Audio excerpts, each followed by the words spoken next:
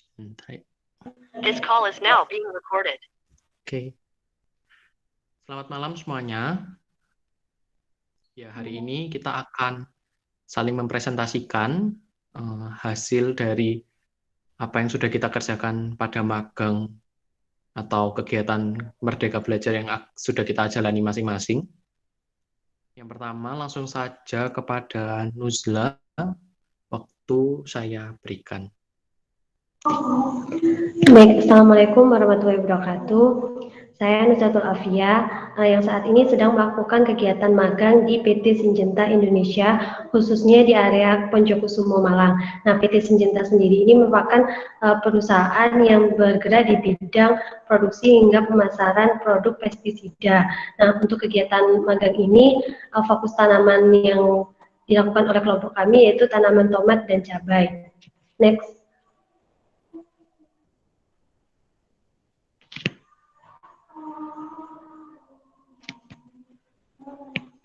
Nah, untuk kegiatan magang dimulai mulai tanggal 15 Februari 2021. Nah, di mana kegiatan yang dilakukan yaitu koordinasi dengan pembimbing dan pendamping lapang yang di Syngenta Learning Center di daerah Poncokusumo. Nah, kegiatan yang dilakukan yaitu pengenalan antara peserta magang dengan pembimbing dan juga pendamping di setiap area magang. Selain itu juga ada penyampaian materi mengenai 5 aturan emas dan 5 tepat penggunaan pestisida.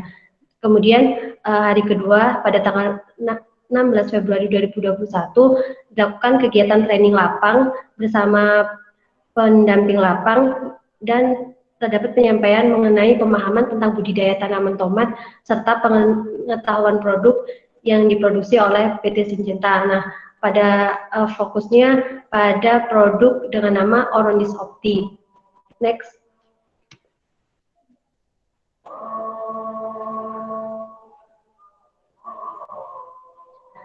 Kemudian hari ketiga pada tanggal 17 Februari kegiatan yang dilakukan yaitu pengumpulan data petani.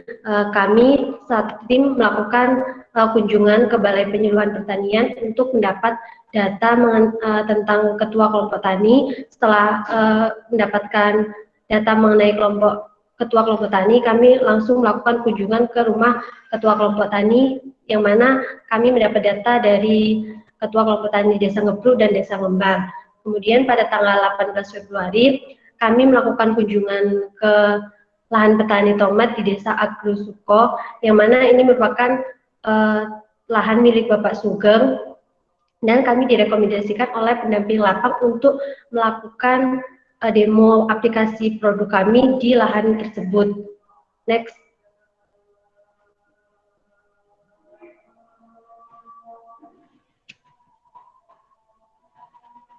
Nah, selanjutnya pada tanggal 19 Februari, kami melakukan demo pengaplikasian produk Amistartop dan produk Alika dari PT Syngenta di lahan Bapak Sugeng dan Bapak Jumai. Nah, selain itu, kami juga memberikan informasi mengenai apa sih yang harus dilakukan oleh petani sebelum melakukan pengaplikasian. Contohnya pada dokumentasi yang saya tampilkan, petani harus memenuhi standarnya, yaitu 5 aturan emas tadi, harus memakai APD, tetap menjaga kebersihan, dan yang lainnya. Mungkin itu yang dapat saya sampaikan, kurang lebihnya mohon maaf, terima kasih. Baik, terima kasih untuk Nuzla yang sudah menyampaikan kegiatannya selama magang di Syngenta dalam minggu yang pertama. Oke, selanjutnya saya akan mulai presentasi juga. Sebentar ya.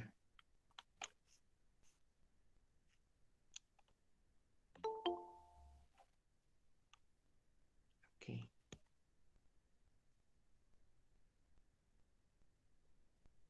Apakah presentasi saya bisa terlihat? Sudah terlihat. Baik, terima kasih. Ya, jadi saya akan mempresentasikan kegiatan magang saya atau Merdeka Belajar saya. Jadi pada kesempatan kali ini saya diberikan kesempatan untuk mengikuti MBKM Asistensi Mengajar di mana saya ditempatkan di SMP Negeri 12 Kota Malang. Dalam kegiatan persiapan MBKM, saya sudah melakukan pembuatan proposal dan sudah saya konsultasikan bersama dosen pembimbing saya. Yang proposal ini saya beri judul pengembangan arena pembelajaran berbasis ekoliterasi untuk meningkatkan minat agraris generasi muda sebagai bentuk implementasi pertanian berkelanjutan. Pada kegiatan minggu pertama, saya telah untuk arena pembelajaran. Saya melaksanakannya pada tanggal 15 Februari 2021 di SMP Negeri 12 Kota Malang. Kemudian kegiatan itu dilanjutkan di rumah pada tanggal 16 hingga tanggal 18 Februari 2021 untuk penyusunan hasil pemetaan. Dari kegiatan yang sudah saya lakukan, saya mendapatkan beberapa hasil sebagai berikut. Yang pertama, ada arena di samping kantin. Jadi di samping kantin ini nantinya akan dikembangkan sebagai sub arena pembelajaran tanaman bunga. Kemudian di belakang perpustakaan akan dikembangkan sebagai sub arena pembelajaran tanaman sayuran. Lalu di lorong masuk SMP Negeri 12 Kota Malang akan dikembangkan sebagai sub arena pembelajaran hidroponik. Lalu juga ada di depan ruang guru akan dikembangkan sebagai sub arena pembelajaran vertical garden. Lalu yang terakhir ada di area belakang sekolah akan dikembangkan sebagai sub arena pembelajaran tanaman rhizobium. Ini ada beberapa dokumentasi yang sudah saya lakukan. Jadi untuk yang pojok kiri atas itu adalah arena di samping kantin, pojok kanan atas itu adalah belakang perpustakaan, dan yang bawah itu adalah di belakang sekolah. Alasan saya membuat program ini untuk pengembangan arena pembelajaran adalah ketika saya melakukan kegiatan pemetaan dan identifikasi di SMP Negeri 12 Kota Malang, ternyata masih banyak lahan yang sebenarnya bisa dimanfaatkan, tapi ternyata belum dimanfaatkan dengan baik. Sehingga saya berkomitmen untuk bisa mengembangkan arena SMP Negeri 12 Kota Malang ini. Lalu juga setelah saya mencari informasi, ternyata pada tahun ini SMP Negeri 12 Kota Malang sedang berupaya untuk bisa meraih adiwiyata tingkat nasional. Jadi harapannya dengan pembuatan program ini, pembuatan arena belajar berbasis ekoliterasi ini, bisa mendukung SMP Negeri 12 Kota Malang untuk bisa meraih adiwiyata. Untuk tindak lanjut dari hasil pemetaannya, saya telah mencantumkan hasilnya di dalam proposal yang kemudian saya berikan kepada pihak sekolah melalui pembina lapang saya. Dan kemudian sebagai tindak lanjut berikutnya akan dilakukan presentasi dengan pihak sekolah. Sudah tadi pagi saya melakukan presentasi dan sebentar lagi akan memulai mengajar dan sosialisasi kepada siswa yang menjadi target, yaitu kelas 7 dan 8. Sekian dari yang bisa saya presentasikan.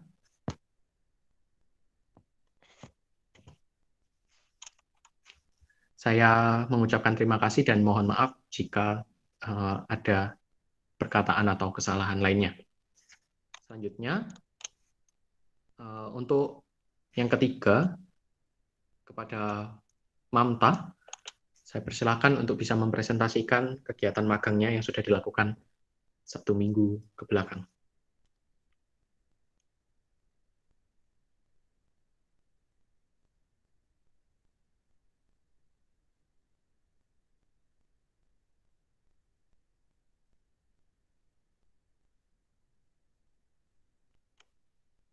Halo Mamta. Bentar. Ini mau share. Iya.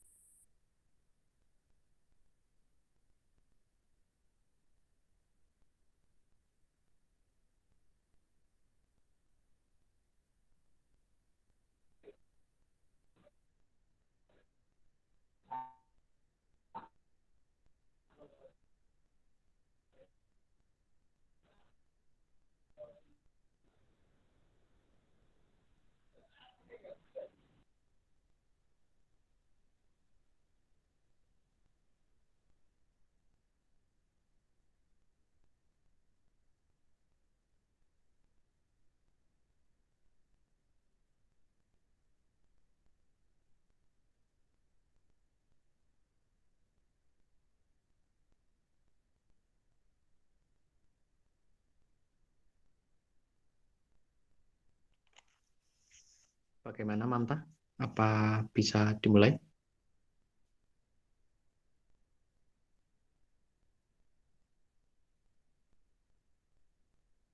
Sinyalnya lagi susah katanya. Mungkin bisa Oh, Intan. oh, baik. Oke, berarti selanjutnya langsung saja kepada Saudari Intan untuk bisa melakukan presentasi.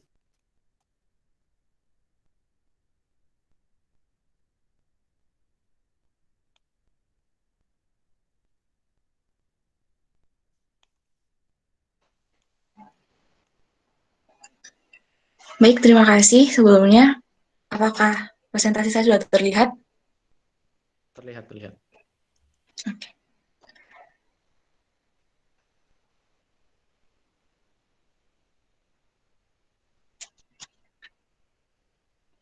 Mohon maaf sebentar.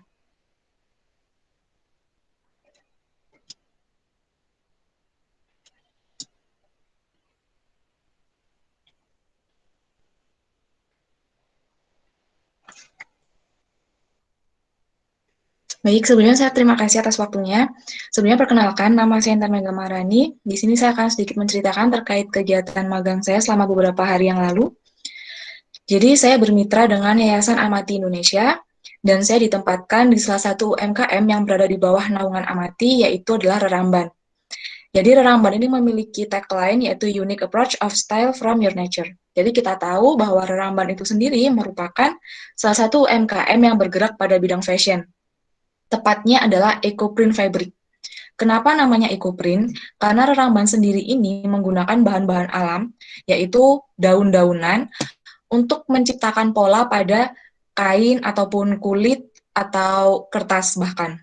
Jadi dari pemilik Reramban sendiri itu pada saat kita melakukan meeting di hari pertama bertemu, beliau menceritakan keinginannya untuk menciptakan sustainable melalui kegiatan fashion. Untuk lebih memahami terkait dengan eco-print ini sendiri, beliau mengajak kita untuk melakukan kegiatan produksi dari Reramban. Nah, untuk membuat eco-print itu terdapat beberapa tahapan. Di antaranya yang pertama adalah scoring. Jadi, scoring itu melakukan pencucian kain untuk menghilangkan lapisan-lapisan lilin yang selanjutnya akan dijemur, kemudian akan dilakukan proses mordan, yaitu membuka pori-pori kain. Jadi proses mordan ini dia menggunakan bahan kimia, tapi bahan kimia yang digunakan ini adalah bahan kimia sesuai dengan standar pemerintah dan juga bahan kimia yang aman. Contohnya seperti tawas, cuka, soda kue. Nah, itu bahan-bahan yang digunakan untuk membuat ecoprint ini. Jadi masih terbilang ramah lingkungan. Setelah melalui proses mordan sendiri, kemudian kain itu akan dijemur, lalu mengalami proses printing, yaitu pencetakan pola. Jadi tanaman itu ditempel di atas kain, kemudian ditutup kembali oleh kain, kemudian menggunakan plastik. Nah, pasti kita mikirnya katanya sustain, kenapa pakai plastik gitu kan.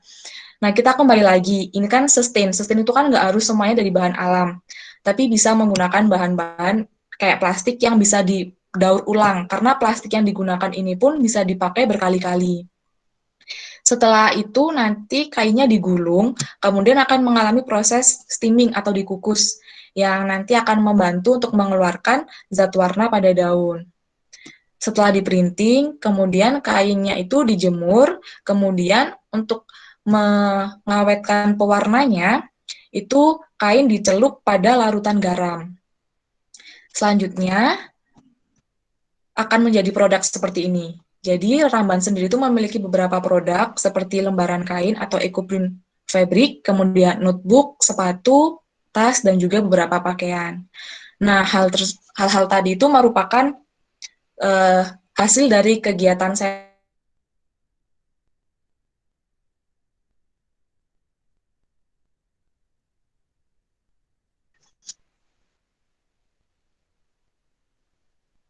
Selanjutnya, saya kembalikan lagi kepada Yohanes selaku presenter. Baik, terima kasih untuk Intan sudah mempresentasikan kegiatan magangnya. Selanjutnya, kita langsung saja kepada presentator berikutnya, yaitu kepada Saudari Dewi. Apakah Dewi ada di room? Iya,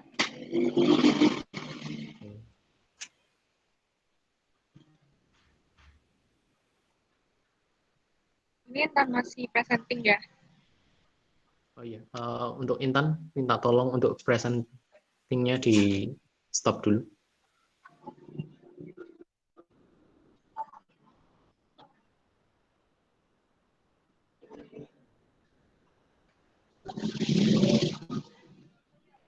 Halo Intan. Nah, oke, sudah.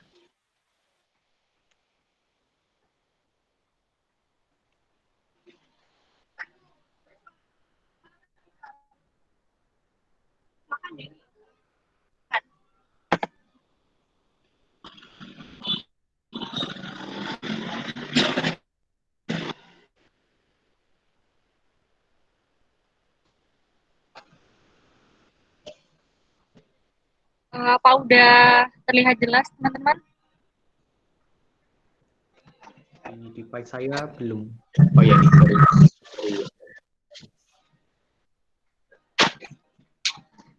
Oke, Assalamualaikum warahmatullahi wabarakatuh. Selamat malam. Perkenalkan, saya Dewi Kustianti ini. Berikut akan saya presentasikan pelaksanaan kegiatan selama magang berlangsung. Saya sendiri magang di PT Sejahtera Indonesia yang berada di region Pasuruan, Rembang, Sukoharjo, yang berfokus pada pembungaan mangga di luar musim. Kegiatan yang pertama yaitu melakukan kegiatan kunjungan dan perizinan ke kantor BPP Rembang mengenai kegiatan magang yang akan berfokus pada komoditas mangga puter atau mangga gadung Ronel 21.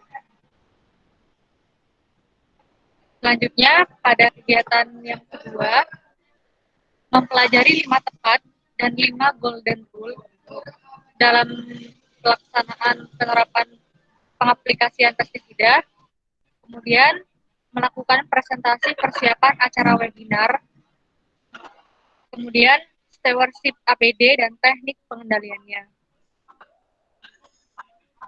Kemudian kegiatan yang ketiga yaitu pengenalan mengenai akun eksekutif, gladi bersih kegiatan virtual Field Day Touchdown yang merupakan produk terbaru Syngenta. Kemudian yang terakhir yaitu melakukan kegiatan virtual Field Day Touchdown Neo. Seperti yang saya katakan tadi, ini merupakan kegiatan branding terbaru dari produk Syngenta. Terima kasih. Sekian presentasi dari saya. Assalamualaikum warahmatullahi wabarakatuh. Baik, terima kasih untuk Dewi atas presentasinya. Oke, baik, mungkin sebelum kita melanjutkan presentasi ini, apakah kita akan memotong rekaman?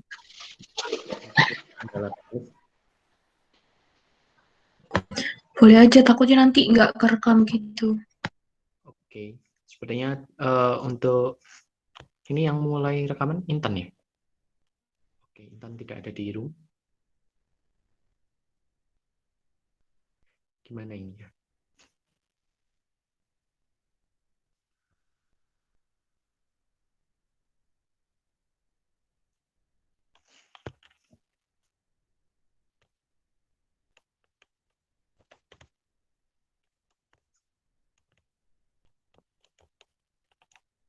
Sebentar.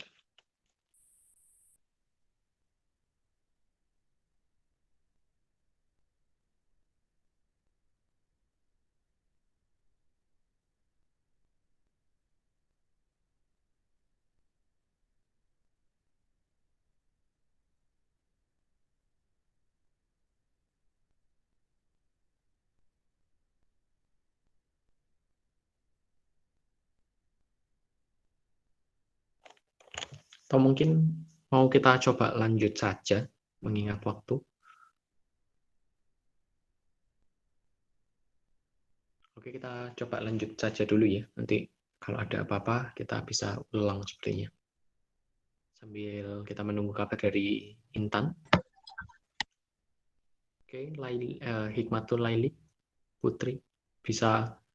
Iya, sebentar.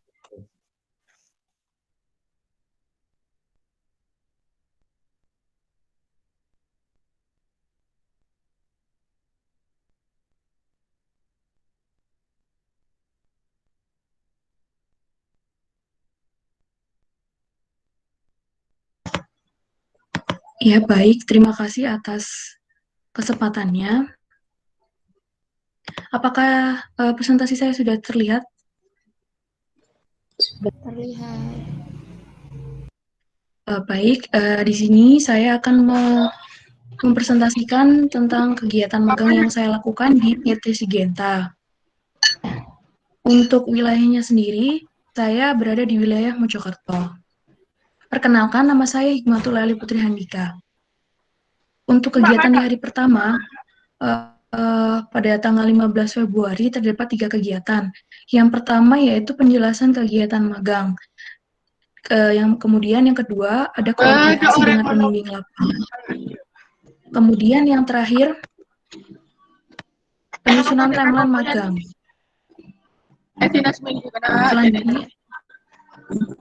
Selanjutnya yaitu hari kedua pada tanggal 16 Februari 2021, di mana terdapat 2 kegiatan yang dilakukan. Yang pertama adalah kunjungan ke BPP Jatirejo. Setelah kunjungan ke BPP Jatirejo, kita diberikan pemaparan materi, di mana materi tersebut terkait dengan budidaya jagung dan padi, serta hama dan penyakitnya. Kemudian pada hari ketiga, yaitu pada tanggal 17 Februari 2021, terdapat 3 kegiatan yang dilakukan. Yang pertama adalah penjelasan SOP. Penjelasannya ini adalah terkait dengan pengaplikasian produk dari PT Sigenta. Yang kedua yaitu identifikasi HPT di lapangan. Jadi selain kita diberikan materi terkait dengan hama penyakit tanaman, kita juga diberikan gambaran tentang hama dan penyakit yang ada di lapang.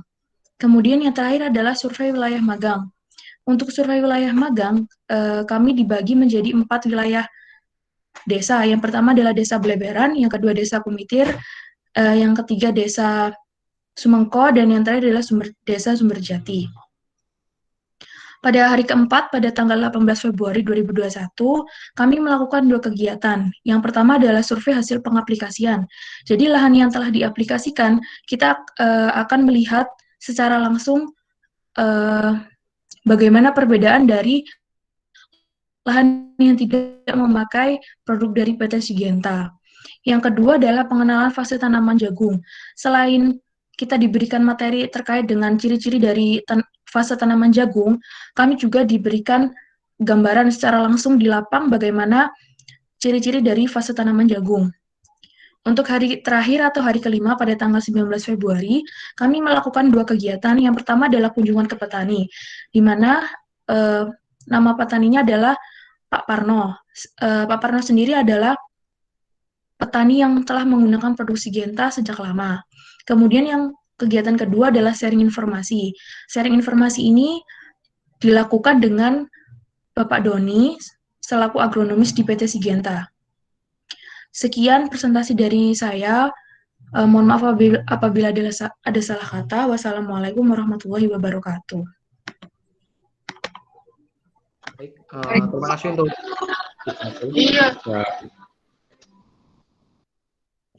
mempresentasikan kegiatannya. Selanjutnya kepada presentator berikutnya, langsung saja kepada Fahris.